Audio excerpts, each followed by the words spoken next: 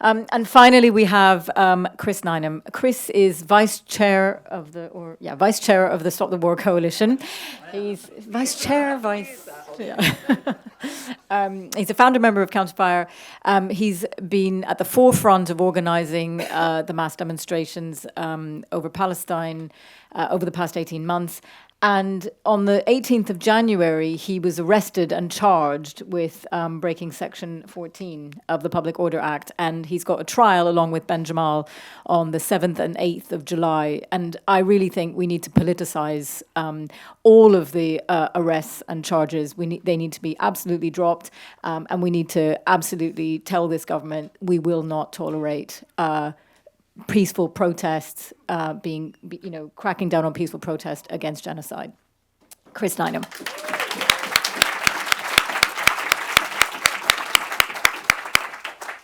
Thanks very much, Faizi, and thanks to all of you for coming this weekend. I think it's been a brilliant weekend of discussion and debate and analysis, much needed and very well timed, actually.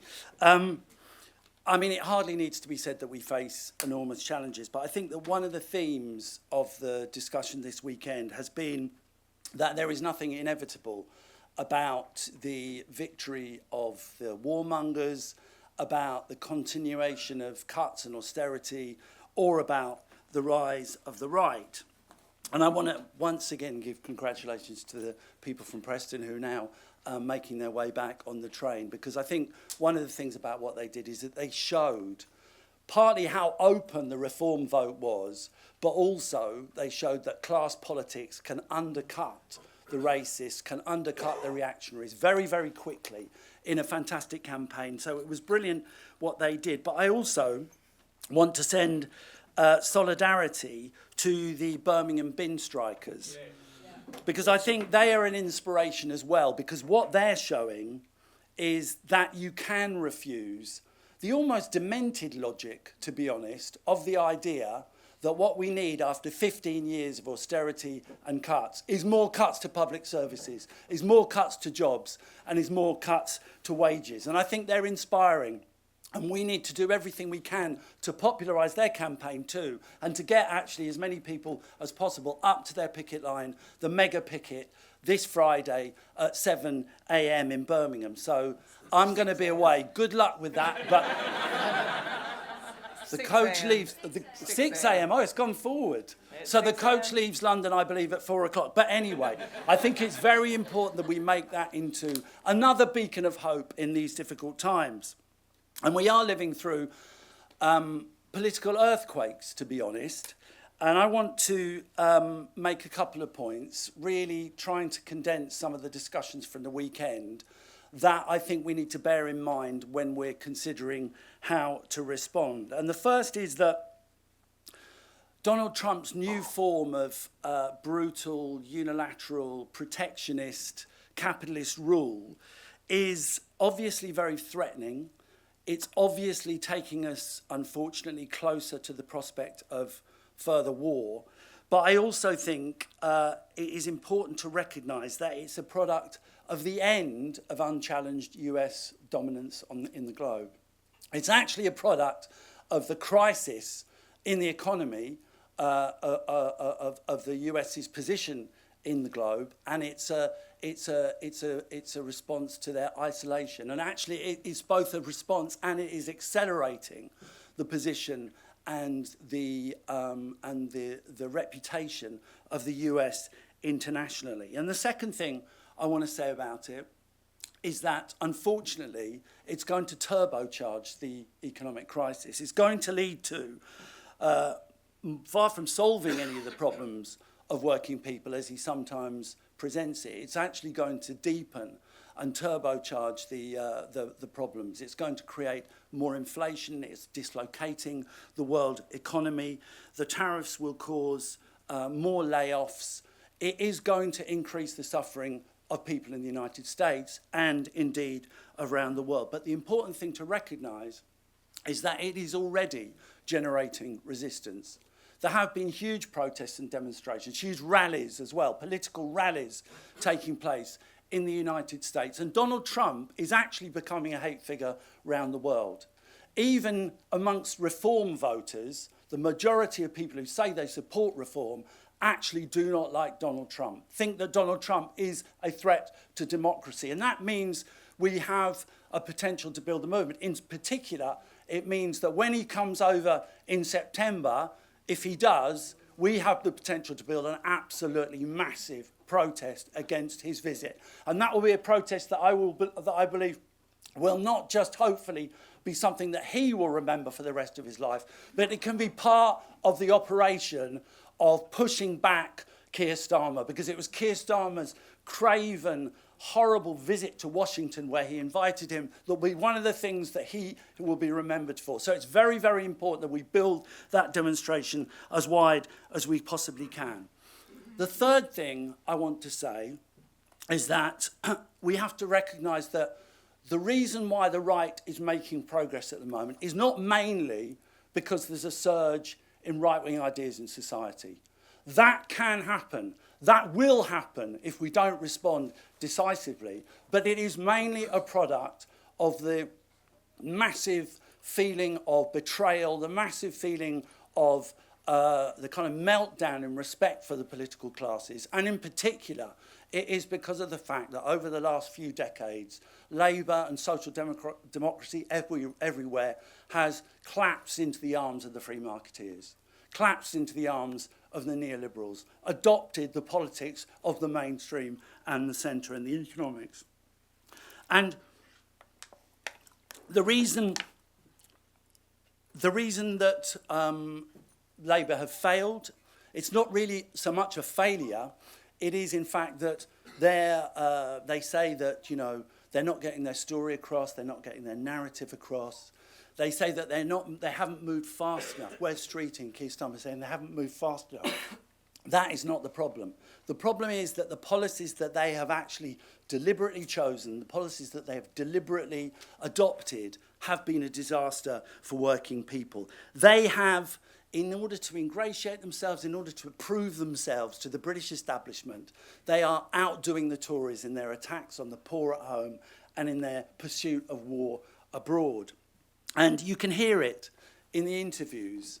Even in the mainstream press, you can hear it in the interviews from Runcorn and from other places in the days following the election. People are saying they're not Labour anymore. People are saying they don't care about working people.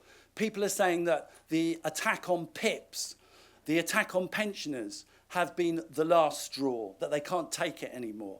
This has been the main discussion. These have been the main points that people have been making.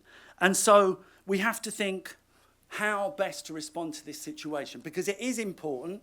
We have to recognise the leadership of the Reform Party. They are racist, and we need to call out their racism. And in a way, more importantly, I think we have to put the argument that immigrants are not to blame, that it is a complete diversion to talk about the small boats as being the cause of the cuts and the cause of the problems that working people have in this country. We need to do those things, but much more important is that we need to have a left that is visible, a left that is doing things, a left that is out in the streets, a left that is putting across alternatives and showing that there is resistance. This is the crucial question that we've all been grappling with over the weekend. And obviously, putting together a left electoral alliance, putting together a new left electoral project is absolutely crucial to doing this. And again, what the comrades in Preston did is very, very important. It's partly about listening to people, but in a way, more importantly, it's about being involved in the kind of movements that Michael and Almas talked about. And it's about actually putting a case for political change, because they did have on their programme for change, they did talk about Preston before profit. They talked about welfare, not warfare. They talked about rebuilding the NHS. They talked about rebuilding public services. And they talked about the need to tax the rich. And we have to have that kind of combative, radical political alternative if it's going to connect to the anger that people righteously feel across the country. Now, that's important, and we're all committed to that, and I think we need to try and accelerate that process. But at the same time, At the same time, we have to understand that even the best organised, even the most radical and dynamic left electoral alternative won't solve all our problems. The truth of the matter is that it will take time. It's a project that is going to be unrolling over the next months and years, particularly because of the electoral system. It won't automatically lead to big gains in Parliament. And it's also the case that without there being mass movements on the streets, without it being part of a wider radical project that involves mobilising, protesting, campaigning, people in Parliament won't be able to deal with the power of the state, with the power of the establishment, with the ingrained fact that the political elites are so close to big business and the corporations. No electoral project is capable of dealing with that situation unless it is linked to mass movements and mass protests. And that's why we are putting such a stress on the importance of campaigning, on the importance of mobilisation, on the importance of movements of mass participation, and we have done all through the weekend. And the NAPA demonstration is very, very important on the 17th of May, and everything tells us that politics is about what happens in Parliament. And I think we need to challenge that idea. To be honest with you, there's more sensible political discussion on one mass demonstration or one mass picket, probably at a kneecap gig, than there is in 10 years of parliamentary debate.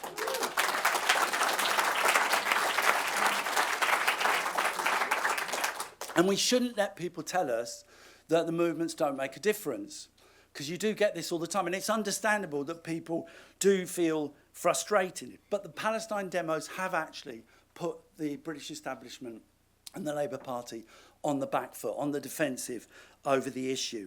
And if getting hundreds of thousands of people into the streets over Palestine wasn't making them anxious, wasn't making them jumpy, then why is it they're spending so much police time, court time, political and media energy into trying to drive us off the streets? The point is these movements do make a difference. We have got a situation now where the vast majority of people in this country actually support us, basically instinctively support us over Palestine. And this is one of the most difficult arguments in society at the moment. But the number of people in Britain who support what Israel is doing is less than 10%.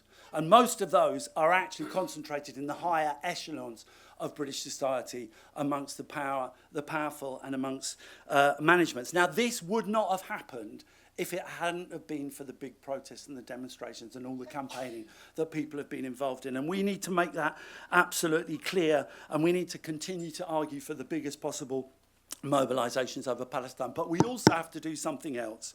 We also have to do what we have managed to do over Palestine on the wider questions of austerity. And in their spring budget, the despicable Reeves and Starmer actually in some ways made an important argument for us by attacking the disabled at the same time as saying they were going to increase the defence budget.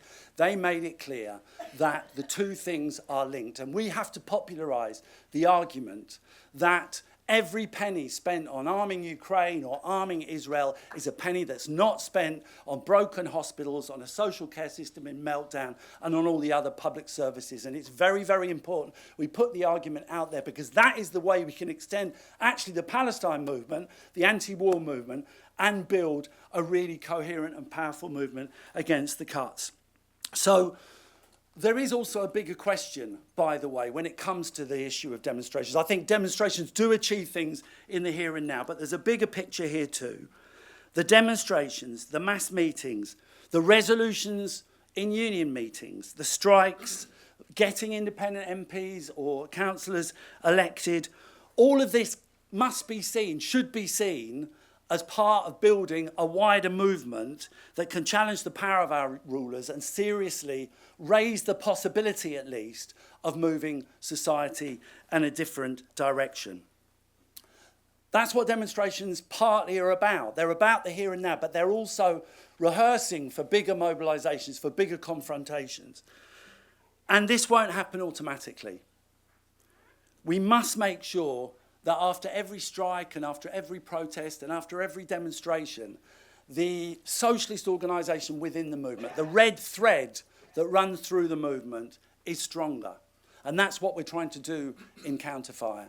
And I do urge you to join us in that effort. I want to end on this point, though, which is that the moment when ruling elites, when ruling classes move from a kind of semi-consensual way of governing towards a more draconian, more repressive way of wielding power, is a moment of danger for us.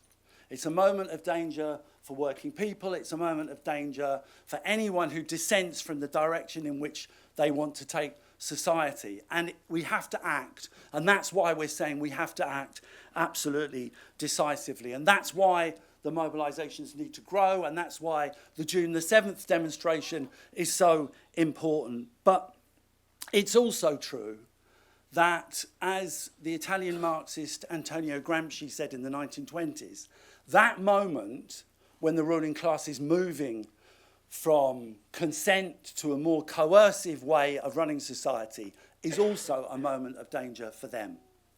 And I think that the naked class aggression, the billionaires in cabinet, the collusion in genocide, the contempt for due process, the shameless lying, all this is opening the eyes of many, many people to the violence, to the corruption, the destructiveness that is at the heart of capitalism. And I think it's radicalising people on a really quite massive scale. And I also think, and I have to disagree with something Andrew Feinstein said earlier, although he's not here, so it's easy for me to do that. I have to say, I also think is putting class right back at the centre of politics. What we're trying to do is to build movements that can respond to the immediate, but we're also in the business of long-term organising that anger. That's what Counterfire is trying to do. Please join us.